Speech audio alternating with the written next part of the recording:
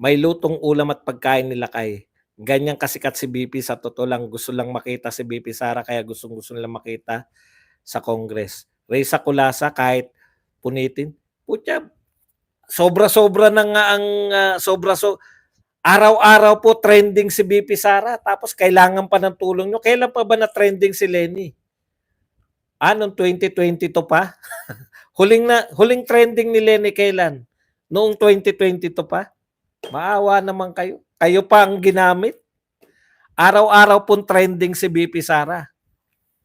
Magsalita lang si BP Sara, trending na agad.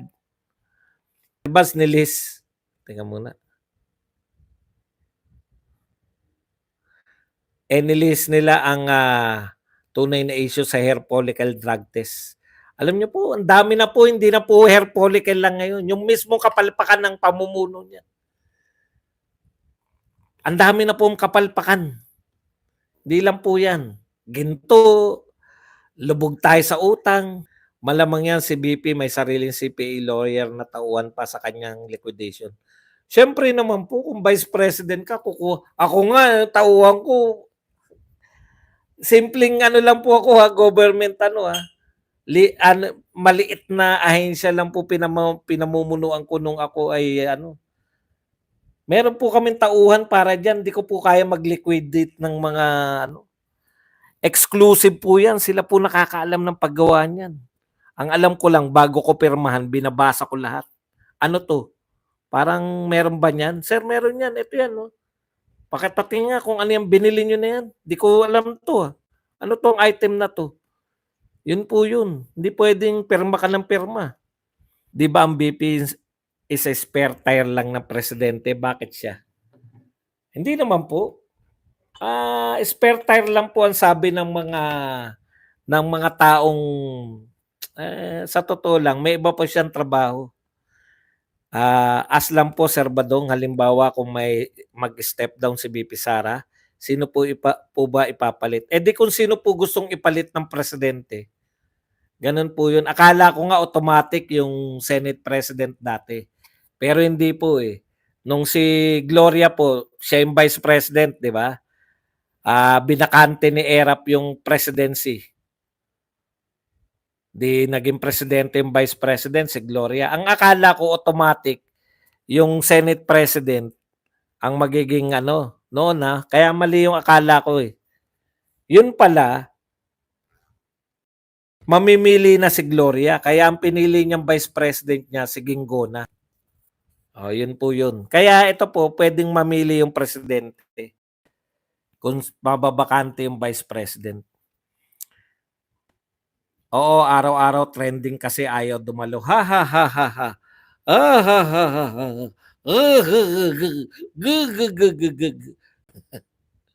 Wala sila nabubutas kay BP Sara. Sa ginagawa ng mga congressman, COA na kalaban nila. Grabe po. Yung ginagawa ni Dan Fernandez sa mga tinatanong nila, ba't ka tingin-tingin sa likod? Sabi ko nga, CPA at attorney yan. Huwag niyong basta-bastahin yan.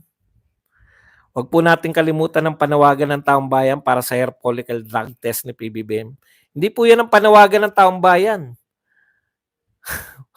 Ang panawagan po ng taong bayan alam niyo na, alis dyan. Tama talaga si Marcoleta, dapat patawag lahat ng mga disallowance kung totoo sila sa sarili nila. Correct.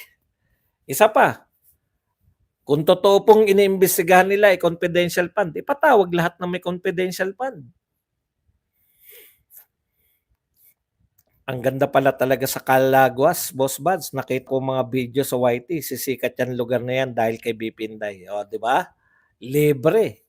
Ako po, promise, hindi ko po alam yung Calaguas. Never heard po. Tagal na ako sa mundo, pero ngayon ko lang po narinig yung Calaguas. Alam niyo, sa totoo naman, magaganda naman yung beach natin. Kahit po yung sa Vietnam, mas maganda pa rin yung mga beach natin.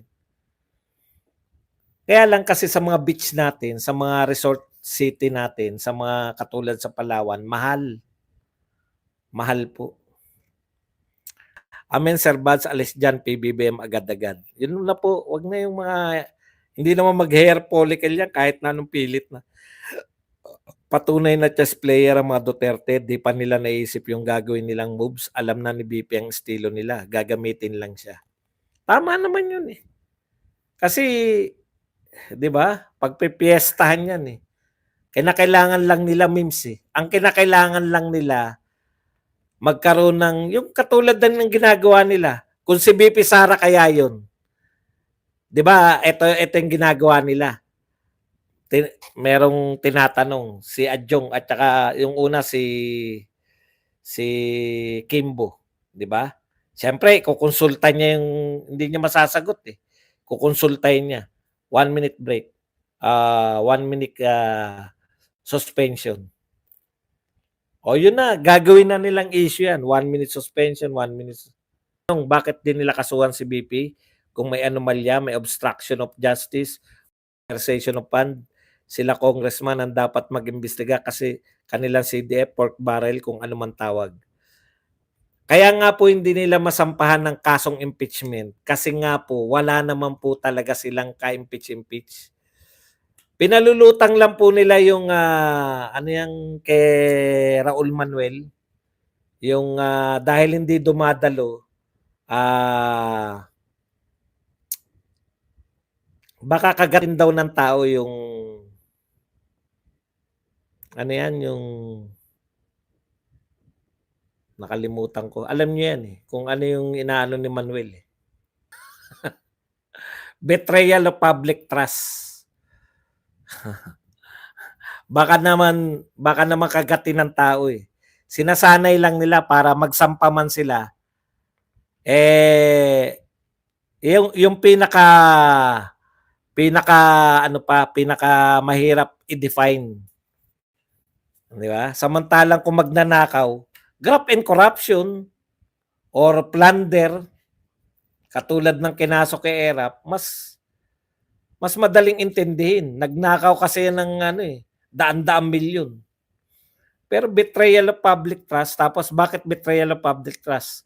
Hindi umatin sa Congress eh. Sino po ba ang may sabi na trabaho yan ng Vice President?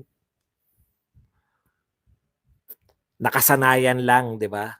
Pero yung bakit yung President hindi umatin, hindi nyo sinabing dapat siyang umatin. Nakasanayan din na hindi umatin. Ngayon, binarag ninyo yung nakasanayan na honoring the tradition na igalang yung budget ng President at Vice President.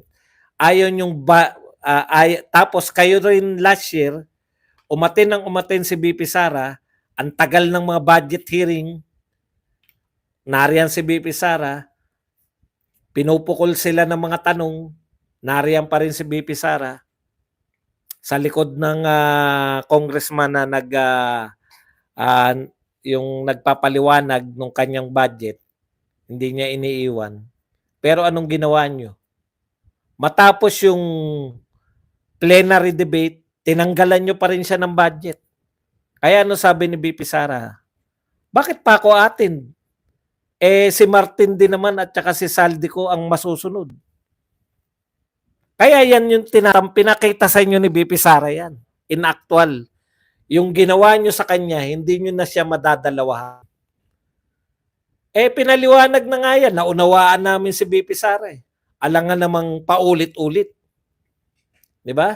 Alangan namang ginawa nyo sa kanya last year, pinaatin nyo ng lahat ng hearing, umatin ng lahat ng hearing, pinaatin nyo ng debate. Yung mga ginagawa po nila, nasa likod sila ng sponsor, umatin po si BP Sara ng debate, naroon siya sa likod.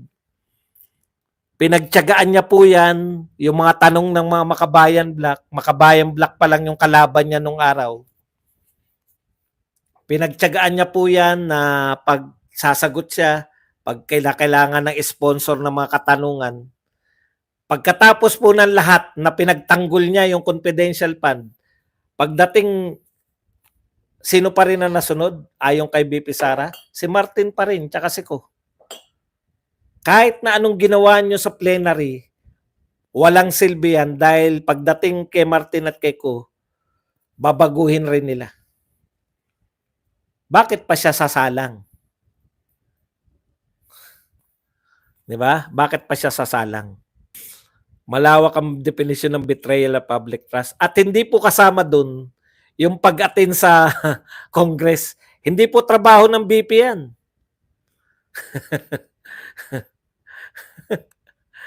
Pinapaliwanag ko sa inyo, hindi po trabaho ng Vice President yan.